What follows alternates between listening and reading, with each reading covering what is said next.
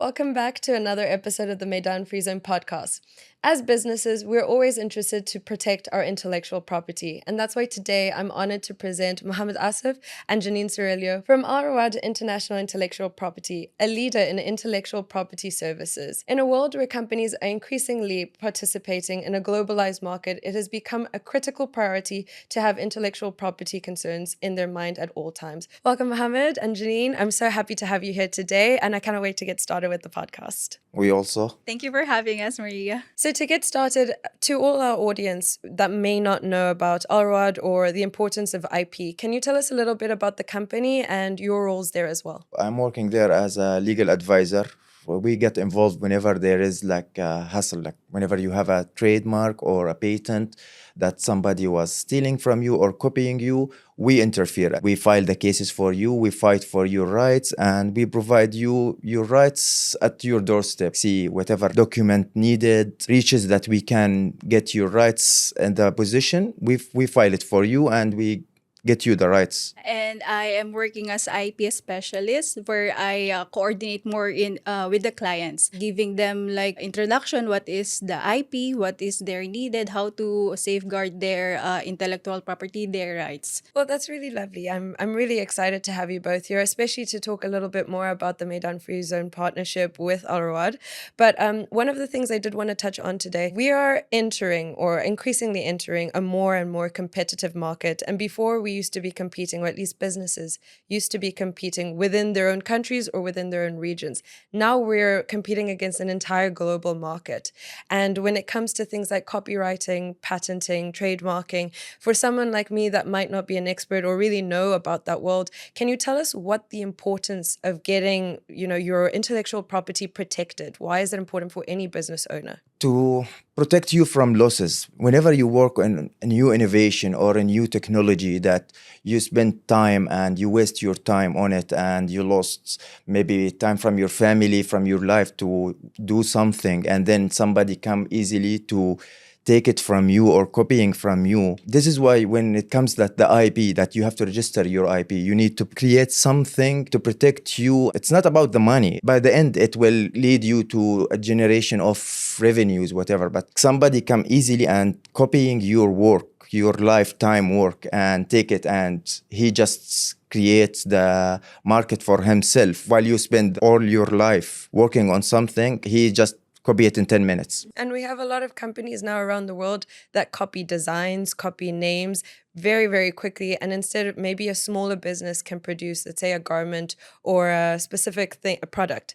They can produce it within maybe 2 weeks in a smaller, slow company. And I say slow in the sense that it's still evolving, it's still getting all its resources. And then you have other companies around the world that can produce the same thing in maybe 1 minute, 5 minutes, 10 minutes. How can you compete when someone is turning over those margins so quickly? So I think that's where it also comes for the protection. Yes, this is why you need to protect your IP. It doesn't matter if it's a trademark or it's an industrial design or whatever. When they copy it, maybe they will copy it with not only a cheaper price, maybe for a bad quality. Even I will allow you to take my work. Still, you need to do it perfectly. So that's why when you do an industrial design, especially, that there is a specific things that you need to follow.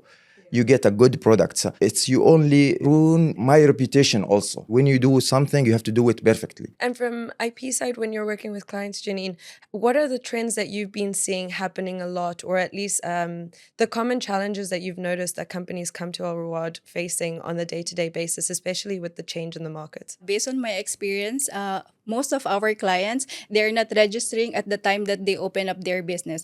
Once their business known in the market, then they will come to us. They want to register it because they will come to know that other company is already is copying their brand, their trademark, their logo. And then that's the problem. Because they didn't protect it at the time that they opened or they start up their business. And at that time, would you say it's a bit too late? Yeah, it's late because somebody else is already copying it, and sometimes the problem is it's already registered in the trademark office. So they have to fight for that. So now the original creator Yeah. has to fight against the copycat because the copycat decided I'm going to protect this. Yes, even they though- didn't know that there is intellectual property, that it is important to protect their brand, their products. That's really interesting. I didn't even realize that that could happen. No, there is a lot of cases that we face that he has been in the market for like 5, 6, 7, maybe 10 years, and he never protected his, that the old mentality of businessmen. We are not talking about the new generation, the Gen Z, that nowadays still that they are more aware with this, but the old mentality of businessmen, especially in our region, they don't believe or they don't know what is the IP. So they don't protect it. They have their own product. Then they find out that there's somebody started already in a new market and they are selling their products, and when we go there and fight for them, we find out that the other party, it's already registered under his name. So we have to fight, bring the history of his files, the documentation that he's been in the market for 10 years and he was the first owner of this, but he never registered. It's a big hassle. And it's also a lot of money wasted now, because not only have you lost revenue because you're losing the money to your competitor who might be doing it at a cheaper price, like you said, or lower quality, but now you also have to pay the legal fees to prove that something is yours. And I'm assuming these legal battles don't take a week or two, Years. they take years. So now it's consistently paying lawyers to try prove that you created something from the beginning. And so you would recommend getting the trademarks done from the beginning? Yes. But what in the case of a person that says, you know what, I have an incredible idea, let me actually get all the IP sorted now, but they realize it's not something that they can actually invest in or continue in the future. Can you revoke that IP if you wanted to? So let's say I wanted to patent my beautiful Meydan notepad here. Okay. But then in a few years' time, I decide this is no longer worth it for me to produce and I don't really care about this design anymore. Can I decide to no longer have my patent on it, or is it until it expires? No, you can stop at any point. Okay, but there is some points that there is no comeback. Let's say when it comes to trademark, as per the UAE rules, whenever you reach the publication, you cannot revoke. Khalas, you have to pay the fees. It's about paying the fees. It's like you can stop at any time. Khalas, I don't want this trademark. I find out that it's like maybe it's offensive. Which could be the case with things that in a few years ago would have been accepted socially and now it's no longer common. Or across countries, maybe it doesn't work in one country and it works here. If you want to stop at any point, you can stop. It doesn't matter. We have a certain way that we have to inform the ministry. We have to contact them that this case, we don't want to work in it, or it's like offensive in somewhere. Maybe they miss it. Normally, the Ministry of Economy here, they don't miss such things. That they have a team more expert than us even, that they look into this. Maybe we register something for a customer.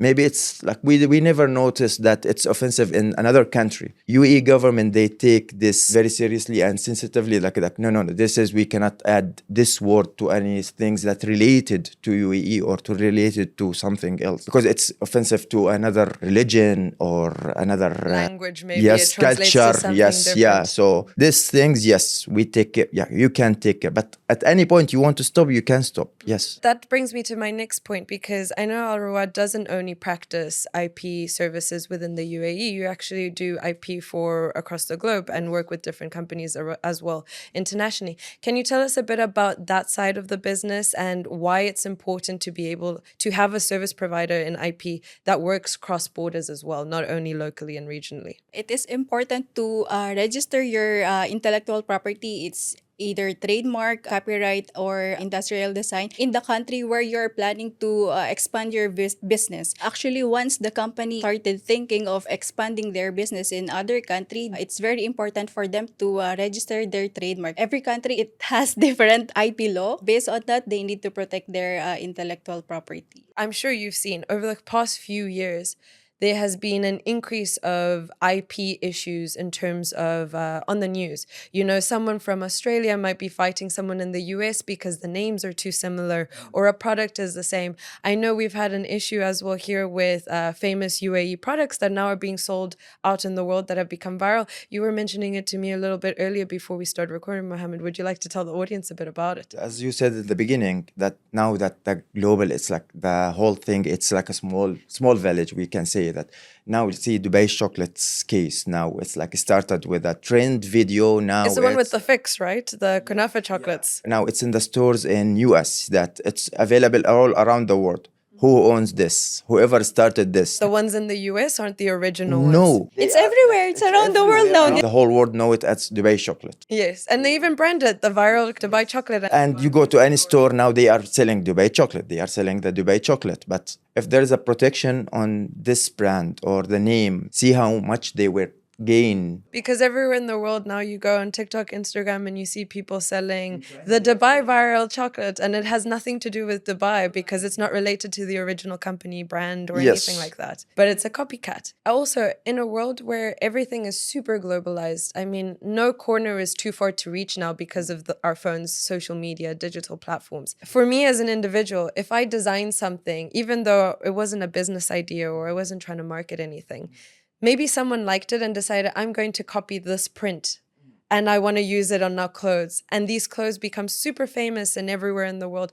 I wouldn't have thought to trademark or patent, or you had called it industrial. For artistic design, artwork, it's for copyright. I would have never thought to copyright because I'm just doodling, but now someone is profiting over my own creativity. How do we go about that? Because not everyone can just say, oh, I did something, let me copyright it. I did something, let me trademark this.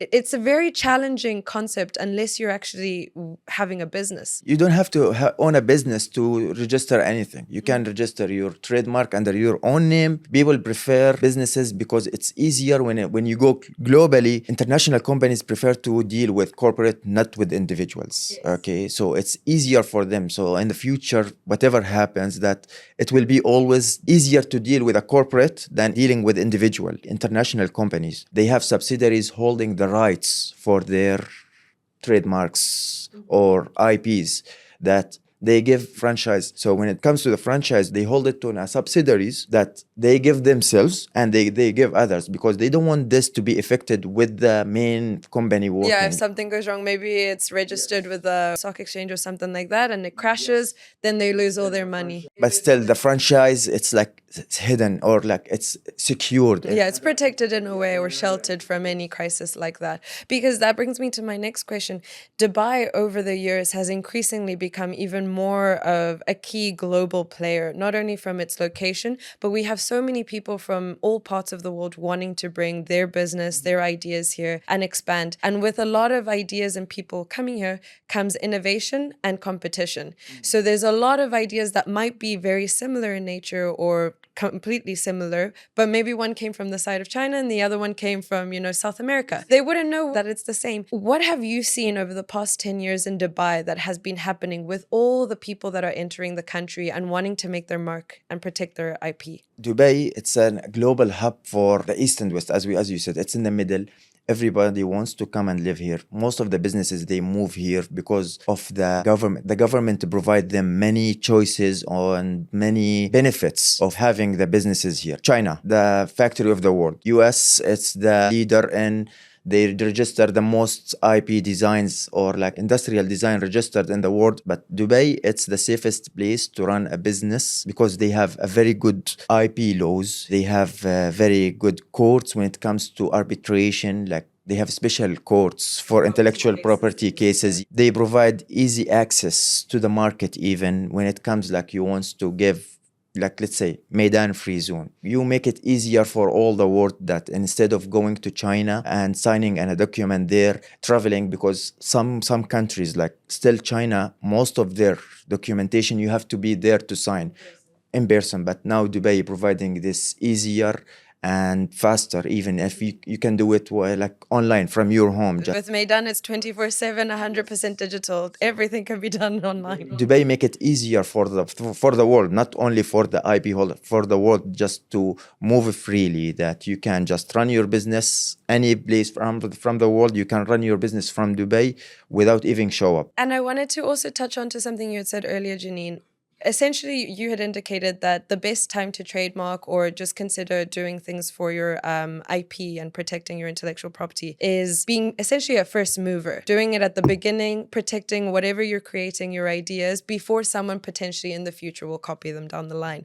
And one of the things I think would be important for our audience to hear is the difference between the different parts of IP. Because what is the difference between a copyright, a trademark, the industrial designs that you had mentioned? Trademark is the a unique symbol. That is our company name, your logo, your brand name, the trademark. That is for trademark. That is what we are protecting. Like what is the name of your product? What is the name of your company? Copyright is like the artistic work, literature work. We can also protect under copyright the software, mobile application, even website. We can do it everything under copyright. So like the code and everything that goes into it as well. That is under copyright. For patent, that is the one that we invented. Patents is like the innovation. It should be a novel, useful, and innovative. Yeah, something new that nobody like came up with before. Like the, let's say, the COVID vaccine. It's like a new thing. It's something. Yes, this is a patent. What was the importance of getting things patented? Because part of my degree was economics and political science. And I remember we were discussing the pros and cons of getting something like a vaccine patented. But beyond a vaccine, when it comes to a product, why is it important to actually get a patent at the end of the day? Like, let's say this company Pfizer, they did many of tests and experiments, and they wasted a lot of time, and they bring a lot of people, and so they have to create a patent so that in the future that their own patent will protect them whenever it comes to the sales, that we are selling the useful thing for the people, that we get the revenue. They were selling it for a cheap prices for the governments because they want something for humanity, but it's their work. It's like, let's say that it's your baby, that you worked on it.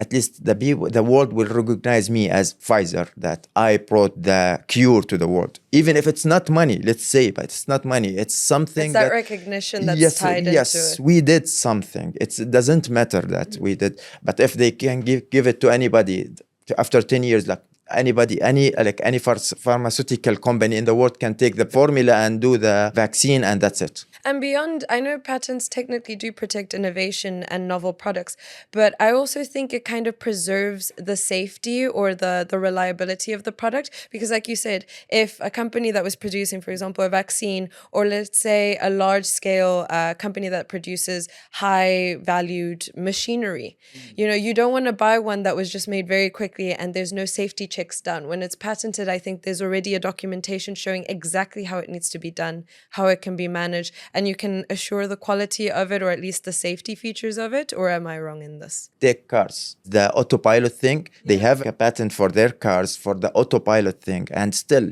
that the autopilot sometimes it's not functioning very well and leads to severe accidents for the people. But still, it's patent. But authority, they do not check that this is safety or not. You register the patent. It goes to the FDA, let's say with the Pfizer thing. It's a pharmaceutical. FDA will decide this is yes or no. The patent will protect the company at the end of the day in terms of the preservation of their creation. And then the other authorities, like let's say the DHA here, or the FDA in the US, or the other health or medical boards in the world, for example, with a vaccine, will determine whether this is a good part or a bad product. I want to add more. Dubai or UAE government till now, they are not allowing the autopilot system. Because it's not been approved as an agent here, you are not allowed to offer it in full capacity. Let's say that they give you when it's only just like when you leave the steering wheel, when you park, you use the autopilot, but you cannot just like fall asleep like how they do it. Here, it's not fully approved by UAE government. The patent Still, exists, yes. but the UAE government hasn't given it all what they're wanting Yes, to produce. with full access to it. Well, that's also very interesting, because I know a lot of the times on the TV when someone is under fire, let's say on the media or on news in general, about something not being up to standard, or why are you patenting this? You're preventing other people from benefiting from the product. A lot of the times it will be because we don't trust other people to do it as well as we do it, or the safety features of it. So it's interesting to know that the patent actually isn't what gives it that. It's the authorities at the end of the day that decide whether it is appropriate to produce and sell to the public beyond actually the trademark and patent and copyright. So thank you for teaching me something new. That's very, very exciting. The copyright thing also, like DC, Marvel, the biggest asset they have. They're heroes. They're heroes. What are the heroes? They are a copyright. They are just a document. This is their biggest, whatever it's the studios, whatever these things, it's like things that they can lose at any time. But their biggest asset, it's their copyright of their heroes. characters. You know that Walt Disney now, they are losing Mickey Mouse soon. Yeah, I heard they're losing someone there. It's like 100 year, and then it should be public. So that now they are losing it soon. That actually, I wanted to ask because I know some IP requirements have actually a timeline in certain cases. I don't know if that's how it works in the UAE. I'd love it if you could explain to us how IP works within the UAE, whether it's a patent, a copyright, anything like that, or a trademark. Do we have those things where, how you just said with Disney, after 100 years, this product now needs to be public, or whether with copyright, some things have to be limited on the duration of the copyright? For trademark registration, once it is registered, it will be valid for 10 years, and the owner of the trademark can renew it. And this is in the UAE. Yeah, all over the world. We can do it, yeah. Trademark. We are talking about trademark yeah. now. For the copyright, it is valid as long as the author is alive. As long as he's alive, and then after After he 99 passed away, yes, something like that. 99 There is years. This is what I think the case with. And the company, let's say, for example, Disney as well is a company, not just the creator was called Disney. But in this case, once Walt Disney has passed away, or I mean, he has passed away, but now that he's passed away, at the end of the day, couldn't Disney as a company reissue the copyright again? Even if it goes to the company, it will remain for 100 years, and then that after this, it will be public. They can't renew it and protect it. No, you can't. same for patent. A patent is valid for 20 years only, but every year we are paying like the annuity for it to be valid. We are paying it in the ministry here, also in other countries, so that it will be valid for use. But once we stop paying it, then it will be cancelled. But with patents, it makes a lot of sense as well, because especially when it's things like something in the medical world or in the manufacturing and industrial side, you don't want to limit the rest of the world from being able to benefit or potentially improving a certain product. Maybe, for example, with how we were talking about the vaccine, depending on the person, it was great or not great for them, but we shouldn't limit another company to maybe improve the efficacy of that vaccine. We can protect the revenue and the investment that the company's made. You protect your formula. If I changed on the formula and I improved it, but it should be a major change in the formula, okay? So this is something else. This is new. I took your formula, yes, because the formula anyway, it's something by the nature. Like let's say that the water, let's say you're drinking water. This is with sodium, this is without sodium, this is with minerals, this is without minerals. So as soon as I do a major change, okay, it's a new patent. It should be a major change. If the patent has reached its 20 years and now it can be public and other people can work on it, or they'll have access to the formula or the construction of the design, no? So then they can work on it. And then if it is, like, as you said, a major change, they can then patent it, which I think is also great for innovational growth over years, right? Because if a company protects the idea forever, then we can never get We access will to never reach this potentially- point of the world. The Industrial Revolution saw the birth of, I believe it was around the Industrial Revolution, of patenting and trademarking and things like that. And I don't think we'd get to this point in the world if we had kept the same owners from the Industrial Revolution with the same ideas and never evolved them and just kept adding to them. So I think it's interesting to see how the different timelines work for the different parts of IP. First, we need to understand what exactly you are looking for. Let's say that, as I explained to you before, the bottle of water, the design or the shape of the bottle water, this is industrial design. And the coloring, it's a copyright. The name, the brand name, it's a trademark. So what you are exactly wants to. But your question is how to. So if I wanted to start my own bottle of water here, I have my name, my colors, and my design.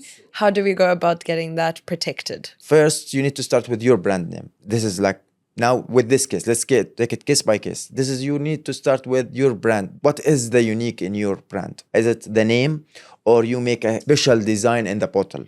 That you don't want anybody to take it, or it's the coloring that you are keeping. Like you have to do the search. We will do the search on your behalf, or you can do the search because you have to check if there is like a name similar to your product name.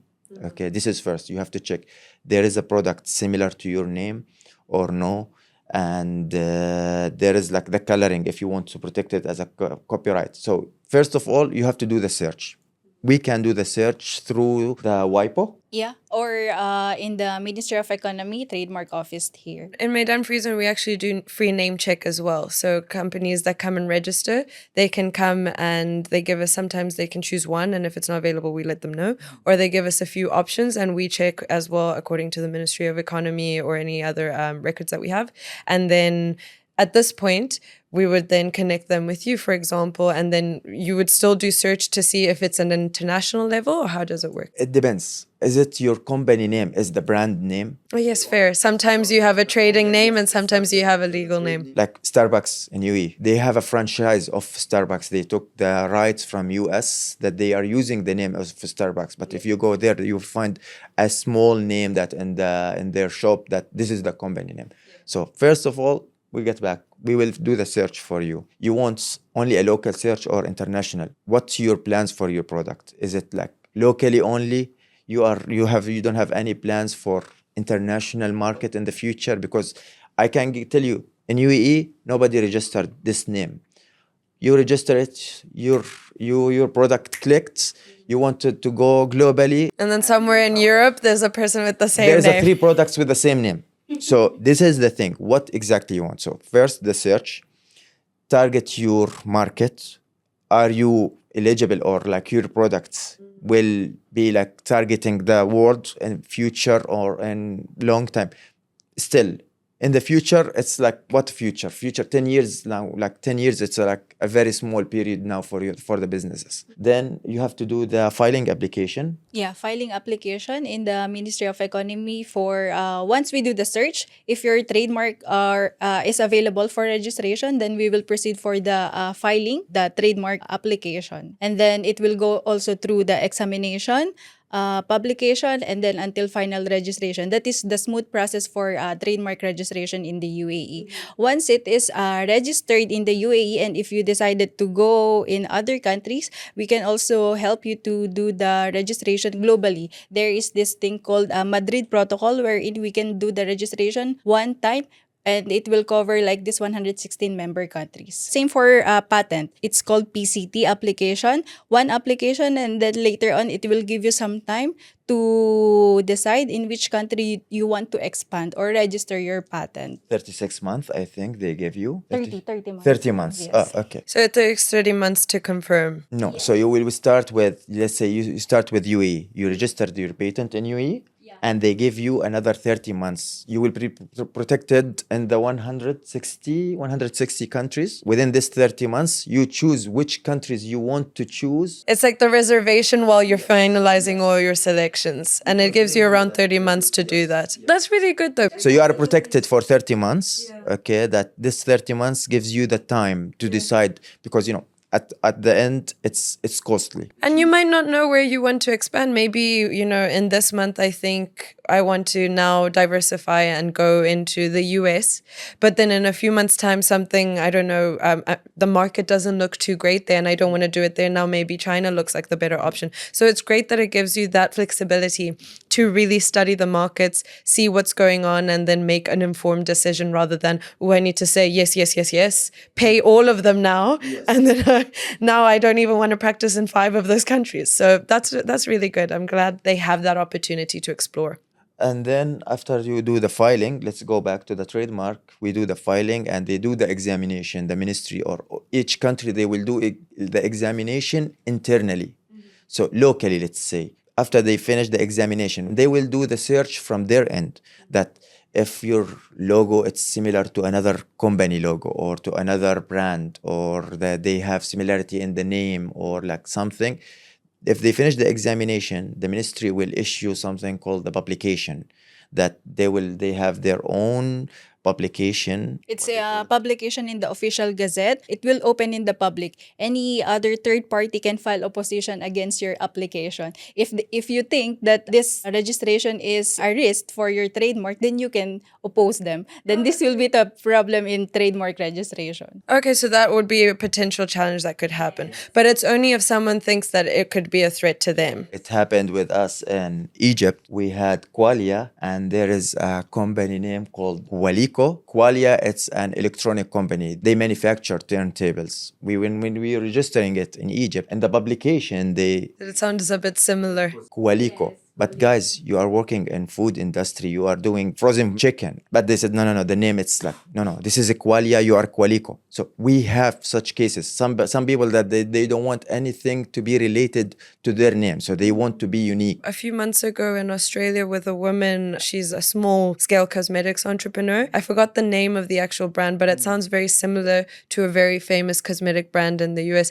But it's not that she tried to copy them. It's her name is almost exactly the same. The only difference I think is an E. The end of the name for her has an E, and the US Corporation of Cosmetics, or whichever cosmetic company it was, wanted to sue her because it was a copyright or a trademark infringement. Yes. And the lady just looked at them and said, I'm sorry, it's my name. I'm not on the level of you. I'm just selling from home. Yeah. And it became a really big problem. So it is very interesting across the world to see how battle of IPs actually exists and the importance of making sure that it all is compliant and it works across the world, not just locally. I will tell you something in such cases that if you are not, let's say that you are registering your trademark in Saudi Arabia, let's say, they have something that if you don't use your trademark, let's say that I'm producing watches or mobile phones, okay, but I don't operate in Saudi. I just like registered the trademark and I never used it, okay, and somebody else came with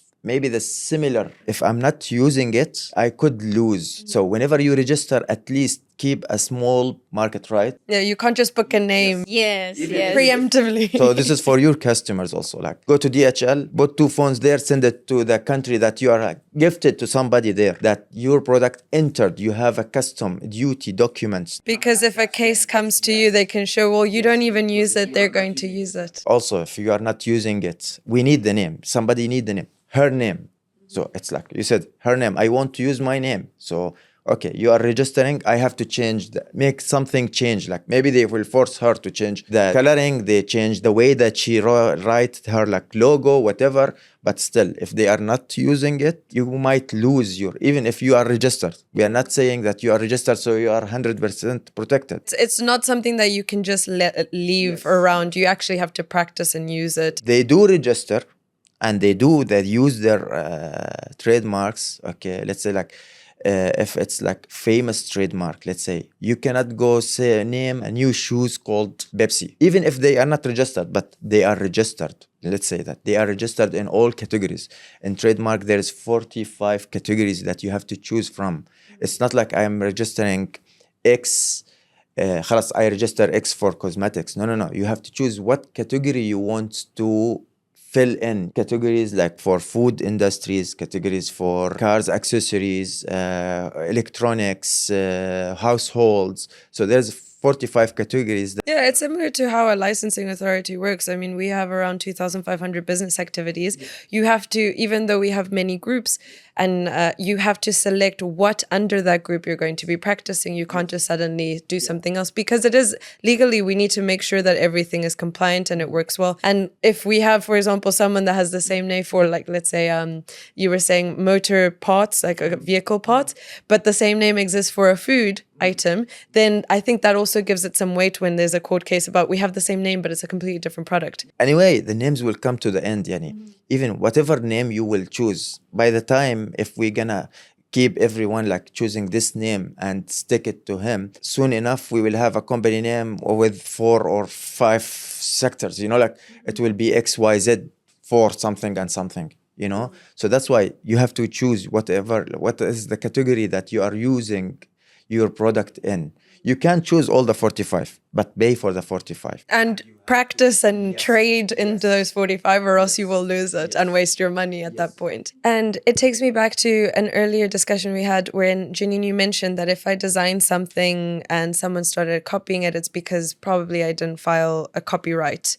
and protect my IP. So when it comes to someone that, for example, is writing a book, it's so easy nowadays to put something online, maybe a short story, or add something on fan fiction, and it actually gets popular. It's very easy for someone to plagiarize it. And correct me if I'm wrong, I'm not too sure if, let's say I was an author and I wrote a short story. In that case, I personally, as an individual, no company required, can go and copyright what I've written, right? Yes, yes. We can do the registration of the copyright under your name. That is very important to do it because later on you will not realize that somebody else has already registered it. I've heard of stories where not authors per se, but maybe publishing houses or different writers will have taken an idea that someone had quickly written online or things like that, and then they make a lot of money because now all of a sudden this short story became a trilogy of books, and now they're very famous authors, and it came from a small idea that someone had maybe put online or in a conversation. And not to say that I don't believe conversations can be copyrighted, but ideas that are recorded and shared possibly could, I'm assuming, or no? Yeah, you can register that one as long as it is well written. Yeah, so if it was transcribed after an idea, then we can do that. Movie, let's say a film, a script, they do everything, even if they, whenever they say like this, like what they call it, the funny things, like the jokes that they make sometimes, that no, they insist that this is you are not allowed to say it outside because this is will come in the movie, they ask them to sign NDAs for such things, even for the actors, like you have to sign NDA. Whatever you read here, we created this line, a script of line that you will say word that the superhero will gonna say there. You are not allowed to say it until we release the movie, because this is what will make the trick, or it will get the audience to love this movie. So all this register, and you can register it as a copyright. And I've seen that as well. It's become a very popular side, especially when it comes to music. I mean, we've had a lot of celebrities over the years that were very upset with a few, music apps that weren't paying the musicians the royalties or anything like that. And they were just allowing people to stream and download the music with no association to the singer or the composer or anything like that. And then now I see that there's a change towards more rights and more protections for the songs that they've created. And I think that also comes down to an evolution of how we now treat intellectual property. Now not only just a machine or a vaccine or something in the medical field is warranted to be patented. Now ideas can be also copyrighted. Designs for prints and clothes can be copyrighted as well. And I think overall, I don't know if you agree, in years to come, more and more things will be added in the list of what you can copyright and possibly patent. It's not only the song that they have a copyright, even the beat, the tone behind, they have a copyright for that, because they might use it for another song. Like, okay, I didn't take your song. No, I changed the wording. No. Even that beat now that it I has. think Bruno Mars right now is suing. I think Sabrina Carpenter or someone. I'm not sure. Two famous people right now. Bruno Mars is the main person that's suing because it's a very similar song to one that he had written but didn't release. Something along those lines. I don't know. But yeah, you see a lot of people nowadays are actually taking IP on a creative side very, very seriously, because I think a lot of big corporations and music producers were just taking what you produced and wrote or thought of and sang, and then just selling it, them making money, but the designer or the creator not actually making anything from it, really. And one thing I also wanted to highlight, because I don't think a lot of people realize how important intellectual property is and how involved it is in our day-to-day lives. I mean, we're talking about cases with musicians and, with actual products and design features or formulations. But in reality, even our social media platforms have a lot of things to protect creators, protect its own individuals as well. And I know one of our producers here, he had even mentioned about YouTube. If someone copies my videos, I could potentially go after them to collect royalties from them or the whole thing. YouTube now, they work with such thing, as he said, that they work with such thing that if the algorithm that catch that it was your video and it was copied, that they give you the right. Either you want to remove that video, but if it's doing very well, they will pay you whatever this video generate of profit to you. We will keep it on that somebody page, but you will be paid. And in that case, it's not necessarily copyrighted properly. It's that YouTube has certain regulations, right, to protect their creators, which I think is great as well, because we have such a creator economy nowadays that if someone steals their what they've created or put out there, they're losing a lot of revenue. And that might be their livelihood. So I think it all ends up tying together. Some people don't realize at the end of the day how important it is to protect their mind, their designs, their thoughts, anything that they're putting out in the world. And again, it comes back to what you said earlier. Do it from the beginning, especially when you want to commit to an actual business idea and you're going to produce or develop something and share it with the world. And just to conclude the conversation today, I think what we've gotten out of most of what we discussed today is that people need to embrace and really realize the importance of IP, whether it's in their personal creations, but also especially when they're establishing a business. And I think part of that is that people need to start thinking about it more often. What would you advise companies that maybe aren't as interested or haven't really investigated anything about IP to embrace an intellectual property culture within all their operations? Make sure that what they're doing, they're writing, creating is protected. Yeah, I think it is better to for a company to educate their employees to learn more about intellectual property. They should have a legal team who is handling their company rights. And of course, come and speak to you guys as well. If you want me to tell that small businesses, especially startups, that they sometimes that they think that they can do everything by their own. Like it doesn't hurt you that if you just like hire a third party, not even us, like lawyers, prepare your agreements, NDAs. Before you talk to anybody, you should at least prepare your NDA. You have an idea or I have an innovation. Let's say that industrial design. I want to do this. I know I'm an engineer, but I want to know that how, if I'm gonna build this, how much it will cost me. So I will go to a factory, like any manufacturer anywhere in the world. I want to build this. He will tell me, okay, this will cost you, if you made 10 pieces, this cost, 20 pieces, this cost. But what if they took the design and run away? So that's why even if you didn't start, like sign NDAs, go to your lawyer, negotiate with us. Let's at least do the initial. Don't finish it to the end. Start, because they have something called priority. Even if they try to register it after you, your application is above theirs at this point. It's further down the line. So you have to make sure that before you take any action that you at least you negotiate or you ask, you consult us. We can provide you your lawyer, because if you took your product and you go to the factory and you told them, I want to do this, okay, we will give you a good price, that's it, okay, you finish it. And you've given them now the entire design, all the elements and materials that you need. They know exactly how to do it. Proving that you own this design. You don't have any NDA with them that they cannot share this information with somebody. Because let's say that I have a business idea for an application. I will come to Meydan Free Zone. I want to create an application talks about 1, 2, 3, 4. Okay, you want this? This is the activity you want. So he come to you guys as like, I want this. I want to create this. This is the activity that you have to carry in your license to be able to work on this section. So then you have to do, okay, you built on your application, you have to go to our partners, like, or you said before earlier, some of your clients, they want logistic. Okay, we provide you through our partners that you want a logistic, you want to register your application, your copyright for your application. Or so it's always a start with somewhere. Before you tell everybody anything, you have to be careful that you're protecting your right. Either you register or you consult somebody. It's a dog-eat-dog world, and it sounds very, generic, that saying. But at the end of the day, it is. You never know who you can actually trust, especially when your idea is profitable. I mean, from the engineering point of view, especially when it comes from startups or freelancers, I think it's critical for them to protect their ideas. Because as soon as they start sharing it with someone and they don't have the protection, there is nothing stopping another person, whether it's another individual or another company, nothing is really stopping them from taking your idea and sometimes even improving it, because now you've done all the basic work for them. They have the model, they have the design, they have anything else. And now maybe they've tweaked it because they think, oh, let me make it more this.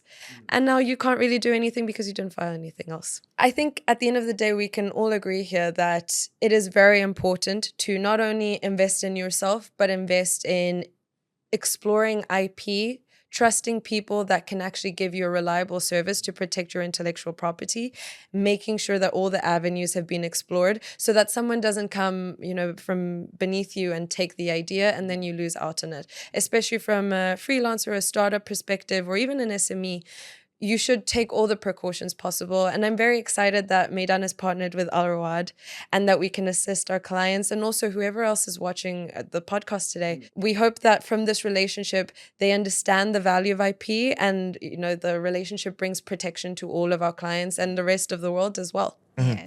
Sure. And I'm so happy to have you both here. Thank you so much for taking the time to discuss with me and exploring also the exciting world of intellectual property. I've learned definitely a lot, and I'm sure our audience has learned a lot today. So thank you so much, guys. Thank you, Miss Maria. Thank you. To our audience, thank you so much for joining us today. We hope you gained invaluable insights from Jenine and Mohammad and understood the critical importance of why you should protect your intellectual property, especially in such a competitive world that we're living in today.